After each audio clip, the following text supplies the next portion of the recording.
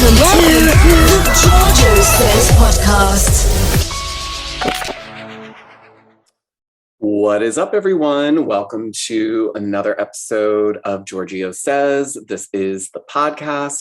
It's a little bit different. I originally started this podcast in April of 2020, and then I picked up TikTok in July, and I've been busy with TikTok. So if you're not familiar with me, I do have a TikTok channel at Giorgio Says. I spill all the latest Bravo, Housewives tea, Bravo celebrity gossip, and anything going on within the Housewives world.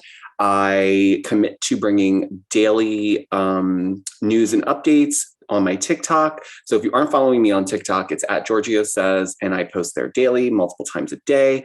My next goal here is to get my podcast up and running and make things a little bit more cohesive for everybody to get their information.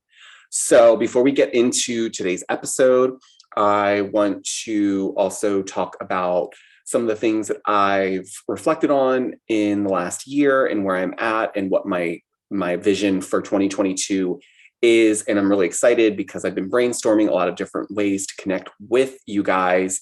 And part of that is just getting your feedback and what you guys want me to dive more into, what you want me to talk about, obviously under the Bravo sphere. And yeah, so I want to dive right in and let's get started because I have a lot to talk about. It's 2022 and we have already started the year with a ton of things and we don't have a lot of time. And if I'm on TikTok, I can't give you the full deep dive that I want to because there's time constraints. It's more short form. So this is for people that want to dig in a little bit more. So let's kick it off with Real Housewives of Salt Lake City. So I don't know if you guys are watching. I do get a little bit of a lighter response typically on Salt Lake City. And I think that's just because people still haven't caught on to the show. And I get it. I was like that season one. It took me a minute. I didn't quite understand, how the cast meshed or if it was just a bunch of caricatures of different personalities. So that was a little bit challenging, but I feel that once you give it a go, it starts to make sense. Like for this franchise, I think sometimes when a new franchise comes about, you're just kind of like, oh, I got to get to know a whole new group of women, which I do get excited for that piece of it because it's always nice to have fresh faces and new personalities to kind of get to know. But I think this season of Salt Lake City has been obviously very tumultuous. I mean, it's coming off the back of Real Housewives of Beverly Hills. And if you don't remember, you must have been sleeping under a rock because every day we woke up, we were talking about Erica Jane or Tom Girardi or Erica Jane and this happening on the show and breaking down what was real, what was presumed to be a lie or something that was taken out of context. So then we jump right into Salt Lake City. And yes, I will say this, they did tease us in Salt Lake City with the trailer and made it seem like we were going to get this, explosive episode one. And there was a little bit of a slower buildup to that scene. But I think since that point, it started to pick up. And I will say after watching this past week's episode, it was really clear to me, like this show is starting to pick up. It's getting really good. And I think it really dawned on me last week when Jenny had her pho lunch. That was amazing. Amazing episode. This past Sunday's episode was great. In the preview for next, we see Jen and Lisa kind of get into it on the bus. So can't wait to watch that one. So all in all, we're sitting in a good place. I do wish the ratings would follow suit. I know they have picked up a little bit more, but I think, I would never steer people in the wrong direction. If I don't like something, I don't like it. I've been very vocal that the last season of New York was hard for me to even sit through. And then we had Vanderpump Rules, where it was just kind of like, it wasn't the same show that I had grown to love. And so, I typically won't promote or push for someone to give something a chance if I personally have given it a chance more than once and I still can't seem to connect. So I say that to say, if you have not started watching Salt Lake City, I would motivate you to start watching, because if you haven't yet, this is actually the perfect time. I think you can probably do a quick little recap and just jump in probably like 3 episodes. So start 3 weeks ago. If you don't want to start from the very beginning, that's fine. I don't think you need to necessarily have started from season 1. It will help give you context to these ladies' personalities. However, you can kind of pick up on what they're giving you in this season with what's going on. So I think, if you haven't watched it, I would definitely give it a shot. It's definitely good. Definitely a great season so far. I think, and I don't want to give people, because this kind of happened with Erica Jane too, but there is a point where they become human, right? We watched Jen sitting and having a conversation with Coach Shaw about how, she did everything to try to make life better for her family. And, sometimes I think, and this is my opinion, so please don't come with the pitchforks in the comment section, but I think honestly and truly, I think what we're seeing here is someone who didn't come from money, who has a hustler's mentality, but I'm going off my gut here. I feel like there's nothing but love behind that. And I'm not saying that whatever is alleged that she did or didn't do is okay. I'm not saying she's innocent. That's not what I'm saying. What I'm saying is I'm giving this a human moment, because she is human. And I do believe she does really care about her family, and that she's trying to do everything to make sure that they can live a comfortable life. I also feel like that's something that she's said that to her mom. She feels a huge responsibility as the oldest daughter to provide that. I do see where there could, in her mind, I could see why she views herself as innocent in this situation. I'm not saying I see that she's innocent. I'm saying I can understand with the way she's communicating at this point about it, that I do believe she thinks she's innocent. I don't believe at this point that this is just she knows she did something wrong and she's just gonna adamantly say she's innocent. No, I do feel in her heart that she thinks that she's innocent and that she's done nothing wrong, because she's coming at it from a place of, I just wanted to help my family. But I think the issue lies in, sometimes what we don't know is, did she get greedy? Did things get sloppy? I mean, we obviously know she made a mess for herself. That's very clear here. And I kind of almost feel like it's a little bit trickier, because Jen is in charge of the said business. I mean, it's her thing. This isn't attached to her husband and she's just there. This is not an Erica Jane situation whatsoever. In my opinion, I feel like it's worse. Well, I don't want to say it's worse, because Erica, whether she knew or didn't know, or how much she knew or didn't know, ultimately, she's not the one who did that to the victims. Not that she helped the situation along, and not to go back into the Erica scandal with Tom Girardi. But if we're talking about Jen Shaw, this is all on her shoulders. She's been, it seems like, the main provider for her family. So it's not like this is just something that she's attached to, that she's just like, get me out of here. I think what's happened is either she entrusted in people that she shouldn't have, or she got greedy, or she tipped the line too much. And, but the thing that you have to remember is that, yes, she may say she's been a good girl, she's never broken the law or had a run-in with the law, but the FBI doesn't just pop up out of the bushes for no reason. There's a reason. And it's not to say that just because she didn't have contact with anybody legal, that they weren't they were watching her for months. So it's not like this isn't an overnight situation. Now on the show, it does feel that way, because we're like, oh, wow, this is happening during the course of filming. This is great. Yeah, it's great for us as viewers. But what we don't realize is that, with Erica's situation, when the season's done, that does not mean that the scandal or the case or the issue is gone, which is why we have Erica coming back for season 12. And more than likely, Jen Shaw's coming back next season as well, because as soon as her court hearings pick up, I believe it's March, that's when they start to they start filming again. Actually, they're filming the Salt Lake City reunion this coming Thursday. So, we're about to get to the end of the season here. So it's, there's not going to be a lot of downtime. So just like with Beverly Hills, the cameras are going to go right back up shortly after the reunion kind of dies off. But, it'll be interesting to see how her story unfolds as well. Like with Erica, she's just recently launched a business, which that's to be expected. I kind of knew something like that was going to come. I have my opinions about it, but that's for another podcast episode. Predominantly speaking, Jen Shah, it seems like she's going to have a lot of things go on, and it's going to be on camera.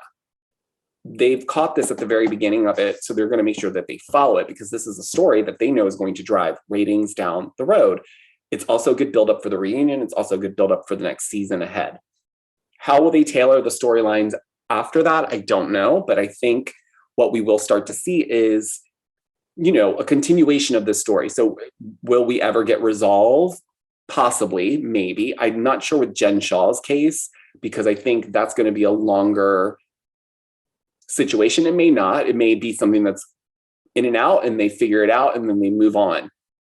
With Erica, there's been a lot of silence. It seems like there's a lot of silent movement. There hasn't been a lot of uproar as to any updates. So, with her starting that business with the hair stuff, and I think we're going to see the same thing happen with Jen. I think we're going to see Jen, if she's found not guilty, I think we're going to see a different form of Jen Shah. I think this, and I hope that it shakes her enough to make her realize what's really important in life. And yes, I understand you should be wanting to take care of your family. You should want to provide and make sure that your family's taken care of, but not at the cost of losing everything, because then everyone loses. And I think that's what she's going through right now. I think it's spinning in her head like, oh shit, I really meant just to make everything nice, but now it's backfiring. And if this does come out that she is found guilty and she has to go away,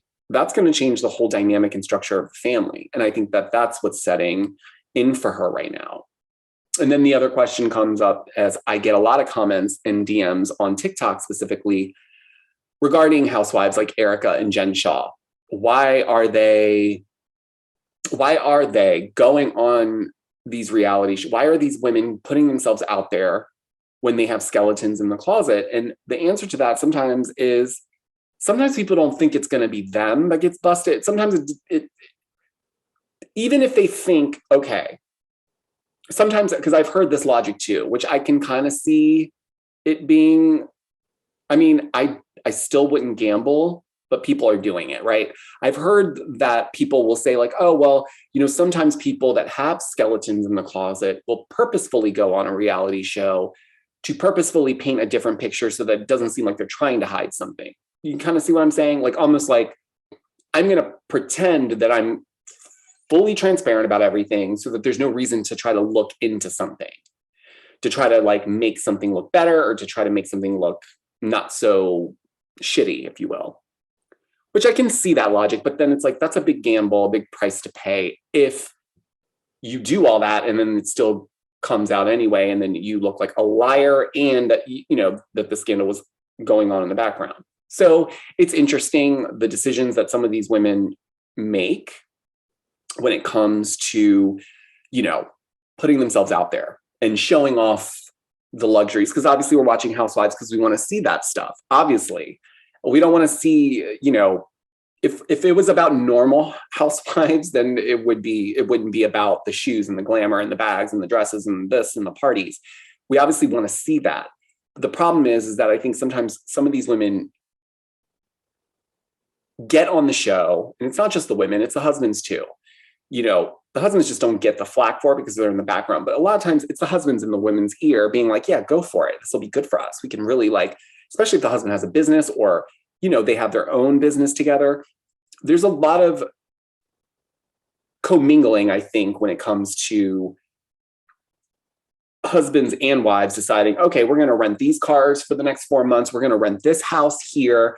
That is, they set themselves up to be the perfect cast member, if you will. And at this stage of the game, if people are coming on the show, they're not new to the franchise. They've heard of it or they've seen it or they are a fan of the show. Like we have Jennifer Armstrong from Real Housewives of Orange County, who's tried for years to get onto the Housewives. She finally does, and now she's being slammed with lawsuits that are coming out left and right. And I just reported that I talked to an alleged ex-staff person that worked for Jennifer Armstrong's medical practice, who spilled a lot of tea and couldn't share a lot of stuff because she's working with a lawyer currently, and there's a whole thing with that.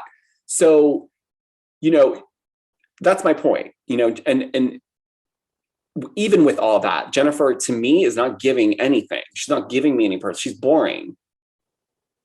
She's boring to me. I don't understand. So it's like, just because someone thinks that they would be good on TV or the show would be good for their business, that does not necessarily mean that the person who wants to be on the show has everything lined up and has cleaned out the closet and made sure there's nothing going on in the background that'll come to bite me in my ass. And unfortunately, either Jen pissed off a lot of people that worked for her, or she treated people horribly, or she just did a lot of shady stuff and people just had enough, because it's not just this one staff person. Apparently it's a group thing. And so, the last allegation was the lawsuit of her having an unlicensed doctor work on a client who then had issues, and it was just a whole mess. So, not to digress into OC so quickly, but I want to finish my thoughts on Salt Lake City, because I think, with Jen Shah, it's going to be interesting, but I don't think we're going to see a resolution for her at the end of this season. So it'll be interesting to see how they pick it back up. But the sources are saying, and it's clear, Bravo and production are picking right back up as soon as Jen's court date picks up, which I believe is in March. So it should be interesting, because if they're filming that process, that's a whole different storyline. I mean, that's a whole different way to approach someone's narrative.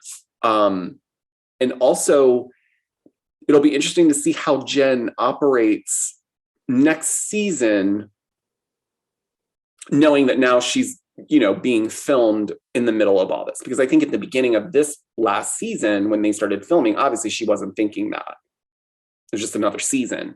So I don't know. Well, I think we're really going to see a shift here in Salt Lake City. I think if you haven't, like I said, I encourage you to start watching. You're missing out.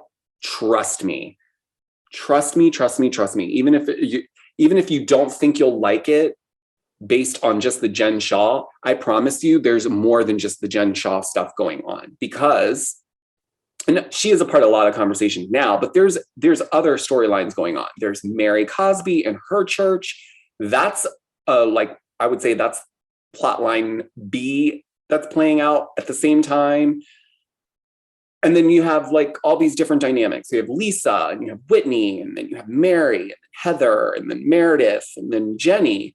So Jenny, I think, has been a breath of fresh air, honestly. I think now it's only been 2 seasons of the show, but I'm just saying, going off of it, for her to be a new housewife and for her to call Mary to the carpet on her behavior and the things that she said that were racist,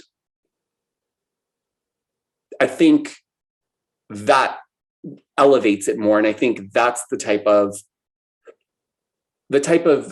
banter that should be happening with the other ladies on the cast. Because what was happening, I felt, when they were all sitting there, and I'm glad Jenny did pull all the ladies to the side and made sure that they were there to hear her call Mary out for the remark she made about her eyes at the faux lunch. Because even while they sat there wasn't a lot of what? You said what? If I was sitting there and I was sitting with my group of friends, right? And one of my friends called out another friend of ours for making a derogatory remark that was racially charged or racially insensitive,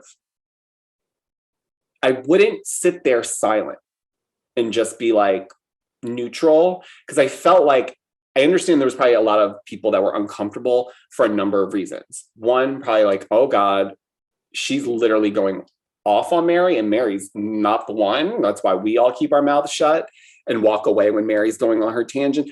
But Jenny held her ground. And then Jenny also brought forth information that like Mary regifted something from her closet to Jenny, but then Jenny found out that it wasn't even for Jenny. It was originally for Jen, but because Jen got arrested, it was like, well, I got to get rid of these shoes. Let me give them to her. So I think, you know, it was good to see that moment because the other ladies don't really check Mary like that, specifically Meredith. This is one thing for me that I just feel is weird. Meredith is so protective over Mary. And even when that comment was called out, when Jenny said to Mary, that comment was racist, that wasn't an appropriate thing to say. I did not like it. And you still are saying, or whatever the case is, and Meredith to turn around and say, well, it's not for me to say it's offensive or not. It's for the person who, like, if the person it's directed to says it's offensive, then that's what it is. I don't buy that. I think you know what's wrong and you know what's right. You know that that's not something you should say to someone who's of Asian descent. I mean, and if you don't know, then like you've been living under a rock. Sorry. Like, I don't understand this notion. I didn't know. I get that there's a lot of things in this space. Listen, I'm learning too. I'm on a platform. But I'm not saying that like, if you don't know something. It's not like it was a question. Not like Mary said, oh, I'm sorry, I didn't realize, I didn't mean it that way, or I didn't register that would be offensive because I ultimately meant, I think Mary knew what she was saying was going to be a jab. And I think she was trying to see if Jenny would pick it up. And Jenny picked it up and handed it back to her and said, you're not going to do this. I'm not going to let you just say these things and then act like you can do whatever you want, say whatever you want. You're going to have some accountability today. And I'm going to make sure all these ladies watch you take some accountability. But Mary didn't, and she walked away. And then Meredith again gets up like she did at the fall lunch and follows Mary. And it's like they're in cahoots. I don't get it. Meredith has a completely different opinion when it's about something else or someone else, or when someone says something she doesn't like. She's very adamant that she will speak up and say her piece on it. But with this Mary situation, even with the church stuff, she's like, so it's like as if they both have something on each other. And they're like, you better not throw me under the bus. You better have my back, because if you don't, I'll tell them. You know, it's like, I don't know. Is it one of those things? We'll have to keep watching. So yes, please, if you haven't started watching, you are missing out, my friends. Okay, let's get into Miami quickly because I am obsessed. I have briefly talked about this on TikTok. I do understand there's a couple things that have come up. A lot of the people commenting have voiced that they have an issue with the fact that they can't watch this Miami Housewives reboot unless they, pay for a subscription to Peacock. And although I understand that, I think even for me, it was annoying, yes, to have another platform to have to pay for to just watch content. Because then for me, I predominantly watch Bravo. So it's not the end of the world. Like we have Hulu, I have Netflix, I have all those things. We have HBO Max, obviously. So when Peacock came out, I was like, I didn't understand. It took me a minute. But then when Ultimate Girls Trip was coming on, and then I saw the first free episode, and I was like, oh, I don't want to miss this. So I made some alterations to my subscription plans. I'm not telling people that they need to do that. I'm just saying, listen, if you can't do it, you can't do it. It's not the end of the world. I'm here to recap you. I'm here to share as much of it as I possibly can to keep you in the loop. So I don't think everyone should just go out and spend the $4.99 a month just to watch one show. If there's nothing else on NBC Universal, the one thing I do like, though, you guys, about Peacock, and this is not sponsored by Peacock, by the way. It's starting to sound like an ad. It's not. My thing, and this is just my opinion on it, after diving into the Peacock app just to try to understand what I'm paying $4.99 for other than Ultimate Girls Trip and Housewives, there's an archive of every Bravo show that's ever aired, and every season is available, which I love because, sometimes I like to be nostalgic and go back and watch old seasons of Beverly Hills or, Atlanta or whatever. And so it's nice to have that there, as well as all the other NBC Universal shows and whatnot. So I canceled a subscription that I didn't really care for. It wasn't as important to me, and it was the same price as Peacock, so I switched them out. So that's how I justified it. But again, this is what I do, so I'm always going to get suckered into paying for anything that's Bravo related, and that's okay with me. But I digress. Miami, I'm loving it. I'm loving it. I have a lot of thoughts. I wasn't expecting it to be as vibrant and spicy coming back, because typically a reboot, you're just kind of like, well, what are we getting into? These ladies have been off the screens for, I don't know, 5-6 years at this point. So where are we meeting them? What part of their life are we meeting them in? And how are we going to be able to keep the connection from season 1 to 3 and then pick up season 4 now? Like, what is this going to look like? Also, is production level going to be even lower because it's on Peacock and not on Bravo? Like, is the production level going to be different? Now, I was happy that Pop Productions came back to do the show. I love the way they do their editing. I love the way they produce. I love every element. Just it's the little touches. So for me, I'm big into intros for shows. It's my thing. Like, if I dislike the intro to a show, it's going to be really hard for me to stay past the intro credits, because I'm like, the intro is kind of like it kind of sets the mood, So that's why Housewives always works well, because you've got the taglines, you've got their individual like theme songs for each franchise city. And so it works, right? So with Miami, in the past, I liked their editing. It was very on par with the rest of the Housewives. But what I really love now that it's on Peacock and it's been rebooted, they really picked up the colorful elements and the night neon lights of like Miami. It was just like everything, the flamingos and the neon and the way that the women were dressed for their intro cards. I just loved every aspect of it. And as far as the show goes, we do have some of the original cast obviously back.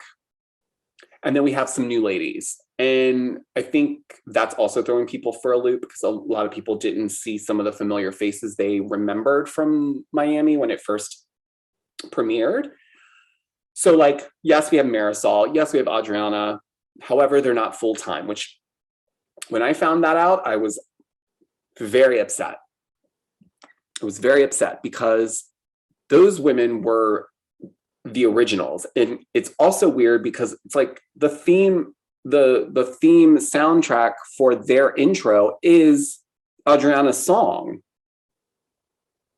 So it's weird. Like, what, shouldn't she automatically be full-time if you're using her song? I would be pissed.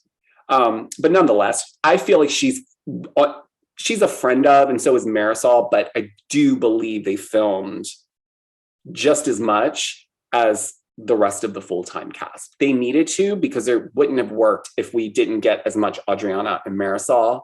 Yeah, we got Larsa back full-time, but Larsa's had an evolution. So it's not the same Larsa that we were introduced to. And obviously, because she was in a different place in her life, this was pre-Kardashians. She was just a wife to Scottie Pippen, living in Miami, whatever. Now we're reintroduced to her, and she's in a whole different space in her life. She's not with her husband anymore. She's figuring that part of her life out. She's no longer friends with the, Kardashians. And so it's interesting to see her on the show now, after she's kind of been washed over by the Kardashian effect, as I call it.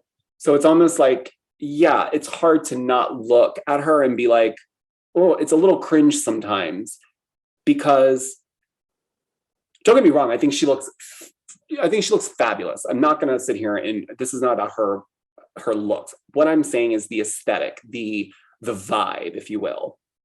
It's very much giving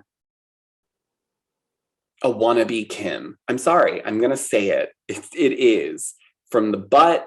And this is what, just so you know, if you guys are not watching, Adriana has been calling that out since episode 1, which is why I knew I was going to love it. Because we still have the same messiness going on.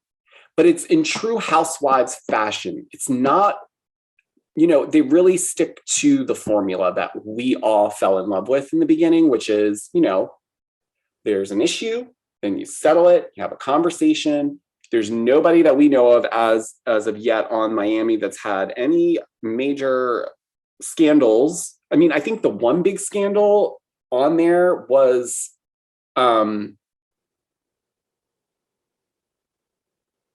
who was it?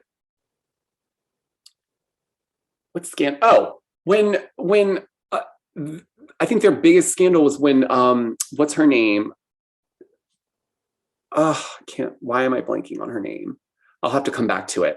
But nonetheless, the point is that they don't really have like the Erica Jades and the Jen Shaw stuff in terms of the drama. It's like real old school Housewives drama stuff. Like, oh, you cut me off at that party last week. I just wanted to address that with you. And then they work through it and then they move on. It's like you get these little hiccups in the road, right? And then it's like a buildup and it works. So it's good. It's refreshing. It's nice. It's great that we have some new cast members. We have Gordy, who is Miami's top event planner. I mean, she's stunning. She is like tall. She's a gazelle. She's beautiful. And then we have Julie, who's married to her wife, who was a tennis pro. So very interesting. So there's a lot of like dynamics there that are interesting, and it's very inclusive. That's another thing that I really enjoy. We're just getting we're getting on the right foot from the beginning. They definitely got the assignment. I do think Miami could have even been more diverse the first time around, just because it's Miami and it's so flavorful and it's just a melting pot. But I do enjoy that they created such diversity, and I'm really, really happy to see that they've introduced the first same-sex housewife. And just seeing that is just like, it's just different. It's new. It's fresh. It's like a different perspective, that it's a different part of, it's just another form of representation that we need. So all in all, really good things happening on Miami. We haven't really gotten into the drama yet. It seems like it's getting there where they're picking it up. I think this last episode that aired is when we start to get a little bit more into the thick of some of the drama between some of the ladies. But I'm going to keep watching for sure. I'm a fan. I think although the production on some levels is a lot lower. I mean, I did have a friend reach out who's a publicist who was commenting on it and saying, it looks like they're using like lower grade cameras, lenses look different. And he's right. Is it horrible? No, it's not. But the budget, like I said, it's definitely not it's not an Atlanta or a Beverly Hills or a New York budget. That's for sure. But I will say this, from just the layouts and the way that they do edit and how they add those elements and they add that spice to it, I think kind of elevates what maybe the lower end cameras are picking up. Now I'm getting into the real analytics of filming a show, guys, and I'm sure you're so intrigued by it all, but I won't bore you anymore with it. But it is true. I mean, there's definitely a lower budget scale experience with this, but that was to be expected from my end, because I'm like, well, if they're repurposing it to put it on Peacock, it's got to be cost effective on their end, because they're doing it in hopes it's not going to be based on a return on investment in terms of ratings. It's a different platform. It's streaming. It's not, you know what I mean? So I think they were looking at it from all angles to try to get ahead of it so that it wouldn't become a budget issue versus ratings, because I think that's ultimately what happened. I don't think I think there was a small group of people that were loyal to it, obviously, because we're the same group that remembered everything about the first 3 seasons and were excited about season 4. But, you know, I don't even think it's going to be a long season. I think it's going to be treated like a new franchise. I think they're literally going to put out maybe 10 episodes, 12 episodes. The reason why I say that is because I was given information and confirmation that they will be filming the reunion on January 20th, which is just 3 weeks away, essentially. So that means in 3 weeks, we'll have 3 more episodes. That'll put us at 7. Then we'll probably have 3 or 4 more after that before we get a reunion. And I'm sure the reunion will only be 2 parts. But again, we don't know. So we'll have to wait and see. It's a different format. I'm sure they'll keep the formula the same. It'll be a reunion. Obviously, I just don't know at what length it'll go. I think what they were trying to do here is try to reintroduce the ladies that we already knew, bring us up to speed on where they are in their lives, and then try to have an entertaining season to kind of build off of from there. It's always hard when you're doing a season 1 of something because you're never really going to get the full grasp of everyone season 1. So you may like someone season 1 and then you see them season 2 and you're like, oh, I don't like you.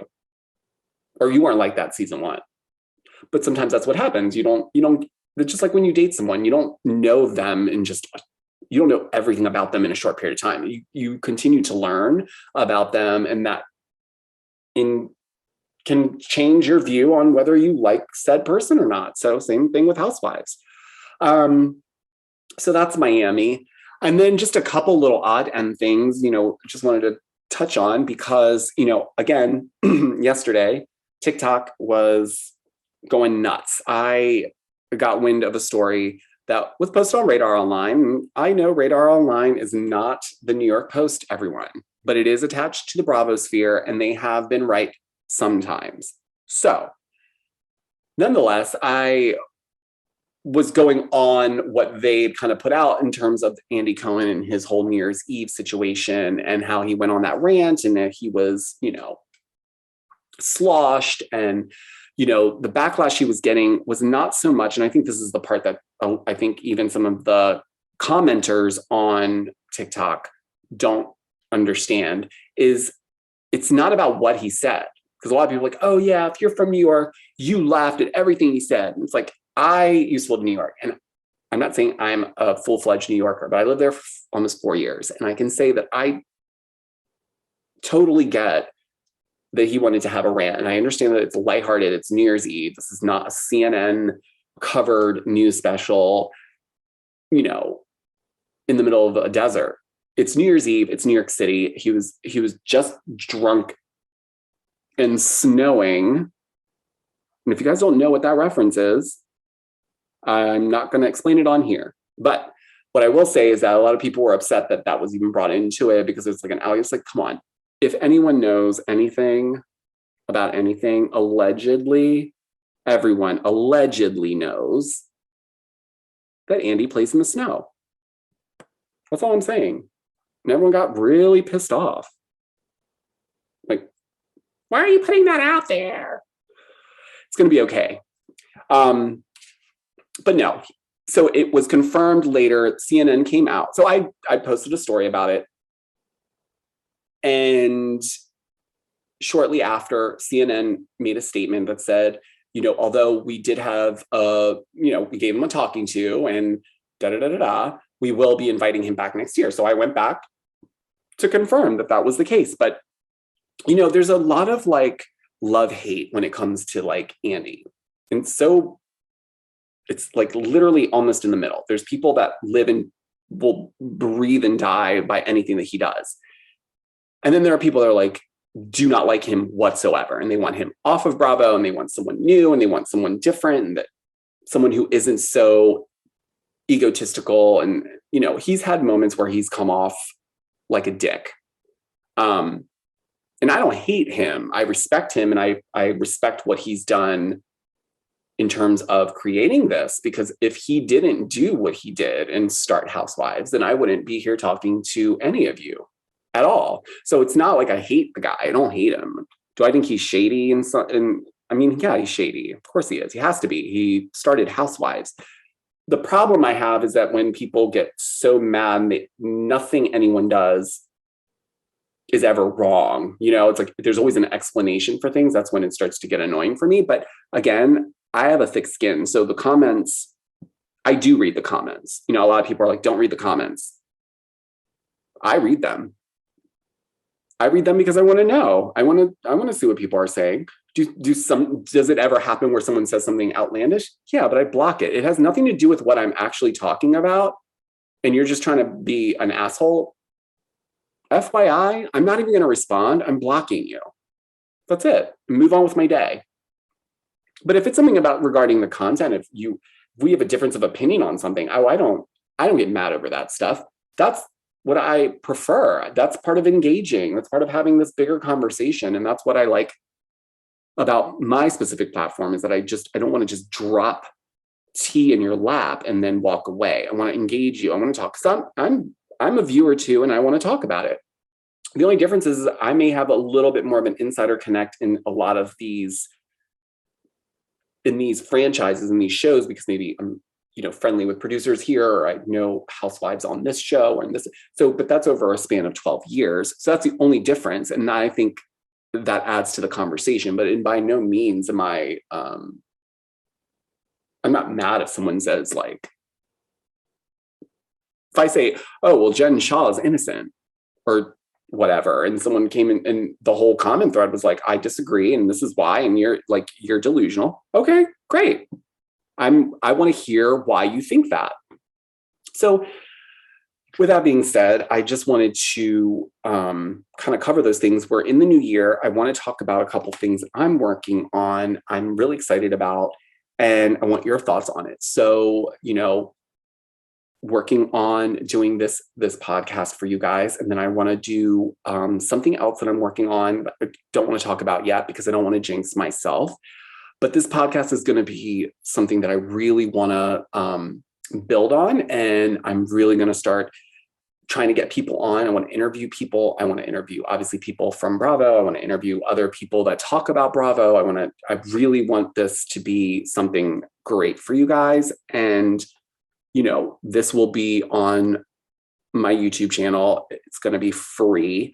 I've gotten a lot of questions asking if I'm going to do Patreon or some type of subscription based. And the answer to that, quite frankly, is I'm just not sure.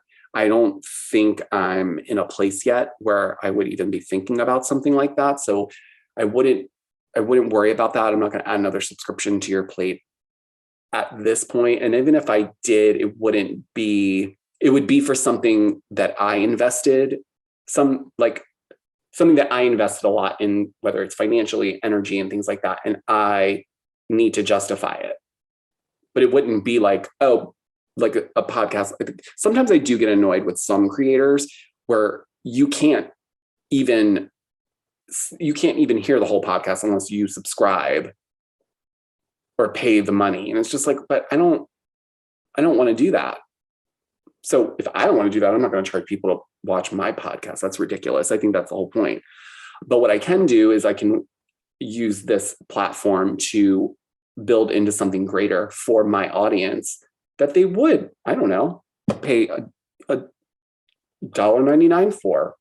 And it unlocks this one. Like, I think doing it in tiers is fine. And I'm not quite sure exactly how Patreon works. Maybe they have tier systems and I'm just speaking ignorantly here, but I just find it like lately, a lot of podcasters are jumping on the Patreon bandwagon, and I get it. They are trying to make this a source of income. And yeah, we spend a lot of our time doing this stuff and we want to bring you guys great content and stuff. But until it gets to a point where I feel like I need that return, it's not going to be that type of show. So just wanted to put that out there. But I also wanted to remind everyone, if you're not already following me on TikTok, it's at Giorgio Says, and I would love to see you there. I post about 3 to 4 times daily, and I do go live once a day typically. My goal is to grow my YouTube channel, and I'll be able to start coordinating lives so that I can go live on both platforms and do bigger things. I am also going to be working on some new merch, and I'm going to do some small little collections, and I'm going to kind of base them off of current shows that are playing at the very given moment and do something kind of fun with that. But other than that, I will plan to do a podcast episode, make it available weekly, and then we will continue to grow this platform together because you guys are the reasons why I'm even doing this. So with that being said, thank you so much for all the love and all the support and all the positive messages and the feedback and the constant like motivational messages that I get is astounding to me. So I do appreciate every single one of you. I try to reach out and respond to every single one of you as much as I can. It's not always easy. Sometimes it gets overwhelming, but I try to make a point in my day to try to do that. So until next time, until the next episode, I hope all of you remain safe. If it snowed where you are, drive safely, make sure you've shoveled, make sure you salt, make sure you're wearing shoes that have grip. If you are walking around, or even if you have some skis handy, there's some people in the DC area the last day that have been skiing around the neighborhoods because it just seems like it's easier than trying to walk. But yeah, until then, I will speak to you guys next time. Bye.